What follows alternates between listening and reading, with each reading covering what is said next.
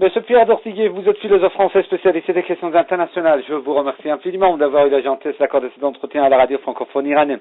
Monsieur Dortiguet, quelle analyse portez-vous sur cette visite en France du prince héritier saoudien, s'il vous plaît? Eh bien, cela signifie d'abord qu'il y a un lien entre la France et l'Arabie saoudite qui a été cultivé par tous nos prédécesseurs, je veux dire tous les présidents, mais particulièrement par M. Sarkozy et maintenant M. Hollande qui a repris, disons, cette tradition. Je crois qu'il y a d'abord, dans toutes les discussions avec l'Arabie saoudite, un contenu économique. Nous sommes, je dois le dire, même puisque j'ai parlé des présidents anciens, depuis le président Mitterrand, nous sommes endettés envers ce pays, car nous sommes, disons, nous sommes considérés, disons, comme des débiteurs par lui. C'est notre principal créancier. Et je crois que ça, c'est une donnée fondamentale des relations franco-saoudiennes. Maintenant, ce qui, indépendamment des questions de marché d'armes ou autre, puisqu'il en a été question en particulier pour la fourniture de l'armée libanaise, c'est quand même la politique du roi d'Arabie maintenant qui, disons, s'effarouche, si je puis dire, de l'importance prise par la fameuse organisation dite de l'État islamique, qui en réalité n'est pas forcément un État, mais qui est une sorte de bande armée. Donc beaucoup tirent les ficelles dans le monde.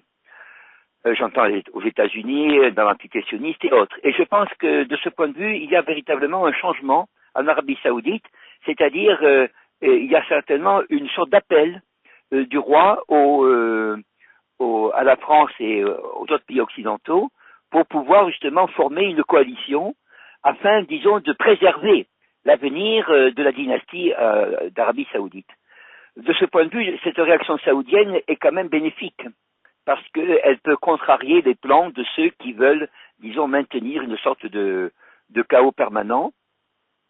Bien sûr, elle a ses limites, mais elle a son importance. Et je ne pense pas, malheureusement, que la France puisse répondre politiquement à cette initiative, car elle n'a pas les mains libres. La France suit toujours, disons, l'impulsion américaine aujourd'hui, et si elle n'a pas le feu vert, disons, d'outre-Atlantique, elle ne pourra pas faire autre chose, disons, que d'apparaître comme un partenaire économique, mais nous ne croyons pas que je ne crois pas en tout cas que nos dirigeants, et surtout avec M. Fabius, aient une sorte d'initiative libre. Il me semble quand même que cette alarme du roi d'Arabie puisse transformer en particulier les relations entre ce pays et l'Irak, et également aussi modifier sa politique aveugle de soutien, disons, aux groupes comme Al-Nosra et autres, qu'il a dirigé contre la Syrie depuis le départ, depuis non seulement le début de cette offensive actuelle contre la Syrie, mais déjà depuis l'affaire de Homs, depuis, disons, plusieurs années. Monsieur Dortiguet, vous l'avez bien dit, en fait, de cette visite en France du prince héritier saoudien intervient à un moment où il y avait cette alarme du roi d'Abdallah d'Arabie saoudite contre le danger de ce groupe terroriste de l'EIL, mais quand même, ce groupe, autre groupe, avait été appuyé directement ou indirectement par des pays étrangers, y compris également l'Arabie saoudite, très particulièrement en territoire saoudien. Mais la question qui se pose, comme vous l'avez dit, quand même, s'il s'agit d'un changement de position de Riyad, ça pourrait être très très bénéfique pour les Saoudiens, pour les pays de la région, également pour l'Europe, dont oui, la France. Oui, en effet. S'il y avait un dégagement, disons, un dégagement de la coalition menée contre la Syrie, par exemple, et contre l'Irak, à laquelle, en effet, appartenait dès le début l'Arabie saoudite, s'il y a, disons, une sorte de défaite de celle-ci, c'est-à-dire s'il y a une démoralisation à l'intérieur de cette coalition, ceci serait bénéfique, bien sûr, pour le pays, pour notre pays, car celui-ci serait amené à jouer son rôle, disons, traditionnel ou son rôle connu d'arbitre.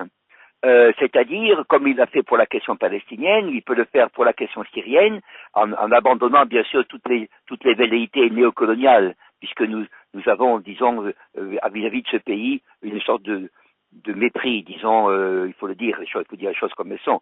Nous traitons les affaires syriennes avec la hauteur d'une puissance occupante ancienne, mais disons que le revirement de l'Arabie saoudite peut entraîner, en effet, vous avez parfaitement raison, un revirement de la politique française, justement parce que nous sommes endettés envers l'Arabie saoudite. C'est-à-dire, c'est elle qui commande. Je ne dis pas que ce que fait le roi Abdallah soit blâmable, mais disons que dans le rapport de force, puisque c'était votre question, M. Norolfin, entre l'Arabie saoudite et la France, il est certain que celui qui tient la dragée haute, ce n'est pas la France, c'est l'Arabie saoudite. Et bien sûr, tout mouvement, tout retour à la raison, disons, de l'Arabie saoudite devrait entraîner, bien sûr, la même chose dans notre politique. Car nous avons une politique, disons, pour le dire brièvement, de suivisme. Nous n'avons plus d'initiative et il serait bon, bien sûr, que nous entendions une parole sensée venant de l'Orient pour pouvoir en particulier diminuer notre bellicisme contre la Syrie et, disons, souffler le feu du terrorisme et de la rébellion, de la guerre civile, alors que finalement nous n'en retirons rien, si ce n'est que nous complaisons, bien sûr, à nos, disons, on appelle nos alliés, on pourrait dire nos seconds maîtres israéliens.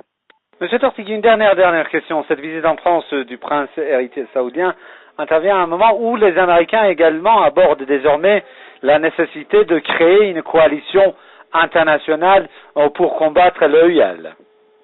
Oui, en effet. C'est la raison pour laquelle, d'ailleurs, on peut donner une sorte d'interprétation, disons, plus haute de l'attitude de l'Arabie saoudite et même cette conférence donc franco-saoudienne, si on tient compte de ce que les Américains, disons, ont des visées, ont des visées à réaliser grâce justement à la manipulation qu'ils font de ce nouveau califat, de ces nouveaux groupes terroristes. Je signalerai en conclusion que pour justifier l'arrêt des opérations à Gaza, M. Netanyahou a dit que le Daesh et donc toute cette troupe représentaient un danger très grand. Donc nous pensons que ces gens-là, je veux dire les Américains, les sionistes, etc., et les milieux qui ont comploté contre la Syrie, par exemple, pour les désigner, ont quand même pensé de derrière la tête. C'est la raison pour laquelle nous interrogeons, s'agit-il d'une réaction rationnelle de la part de l'Arabie saoudite, qui a raison d'ailleurs de craindre pour son propre État? S'agit-il d'une défense personnelle du roi Abdallah contre des membres de sa famille qui voudraient l'évincer au profit d'une politique, disons, peut-être plus conforme aux intérêts américains?